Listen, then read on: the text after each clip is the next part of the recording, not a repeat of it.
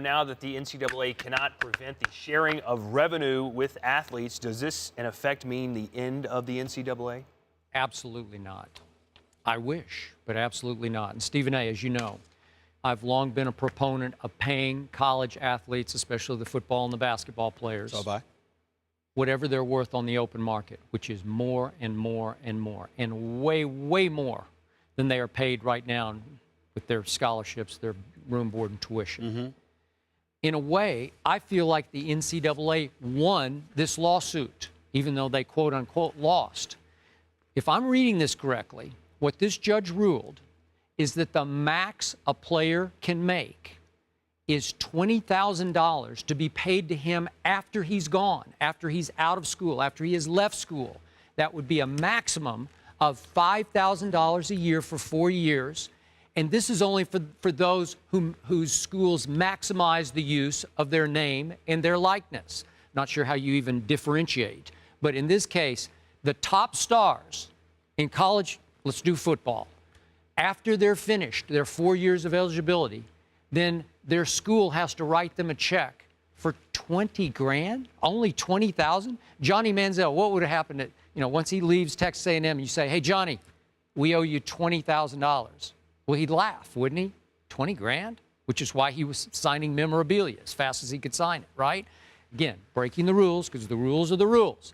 But the spirit of the rules, in our view, is that we're kind of okay with that because they deserve whatever they can make. And Johnny decided, I deserve a little more because Texas A&M is marketing me like crazy. And Texas A&M still, to me, owes Johnny for years and years for what he did to put them back on the national map. But in this case, 20 grand is all you're going to get. That's the cap. That's the max. I would think that these power conference schools would consider that a victory, right? Let me say this. The cap is $5,000. I'm not sure it's definitive that they have to wait. It says here the NCAA also cannot stop schools from putting that money into a trust fund to be held until an athlete's eligibility ends or he graduates, whichever happens first. But it does. I'm not sure if I'm reading it correctly. It doesn't mandate that you have to wait until an athlete finishes eligibility or he graduates. It doesn't mandate that, according to what I'm reading. All I'm saying to you is this. I agree with you that the NCAA got off because I think that the damages could have been more punitive. I think they could have suffered more.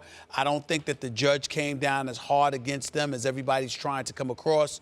But I do agree with Ed O'Bannon when he says this is just the tip of the iceberg. I hope so. I definitely believe that. You got to crawl before you walk. Essentially what they're acknowledging is that the name, the likenesses, the imagery of these athletes have been exploited, and it's pretty much been criminal to violate that by not allowing them to have compensation. Even though it was a different issue involving Chris Webber, obviously far more complicated. Yep.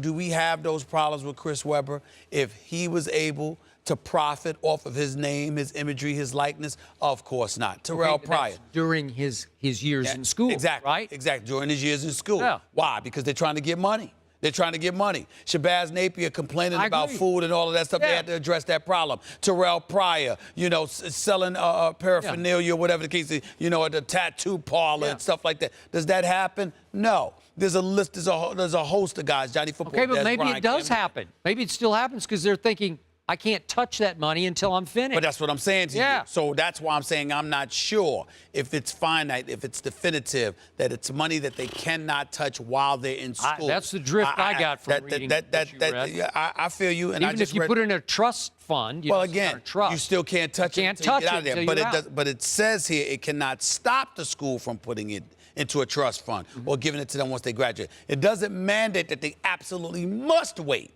until they're finished their eligibility or they graduate. That's all I'm saying. But the judge gave the universities the right to say we still don't pay college football and basketball players, right?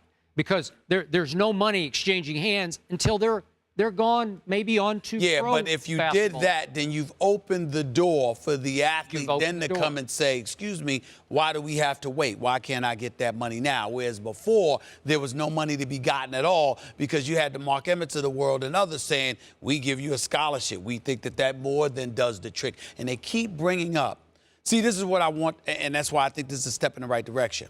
They keep bringing up, the NCAA keep bringing up how many athletes benefit, how many folks on scholarship benefit, how the institutions themselves benefit. But they keep ignoring the big elephant in the room, and that is the revenue generators. How are they really benefiting? See, that's the real issue here. They don't want to draw a distinction between revenue generators and those who don't, which is why we like the fact that the SEC, the 5 big conferences, is different from everybody else. Can I take a moment to applaud Ed O'Bannon for the years, the hundreds, if not thousands, of hours he put into this case? Right. And again, I'm not sure what he was personally getting out of it. Nothing. Something. He spoke on Mike and Mike this morning. He said absolutely nothing. He hasn't gotten a dime off of it, but he just thought it was the right thing to do. Okay, God bless him. But he took it as far as he could take it. Yes. Now, tip of the iceberg has been revealed. You get paid post years in school for the use of your image, your likeness, your name. Okay. 20 grand max. That's about that much of a tip of the iceberg. Yeah. Okay, where's the next Ed O'Bannon? Is there another one out there? Is somebody else going to file a new lawsuit and keep pushing? Will the Northwestern players, with their attempts to unionize, will that help? I think what you'll see is pressure from the outside to try and infiltrate college sports by going the route of the players having some form, I don't want to use the word unionization, but they have to have some form of representation. I think what this has opened up is the fact that the student athlete has been exploited. The student athlete has been taken advantage of. And if grown men and grown adults can have representation, why can't kids?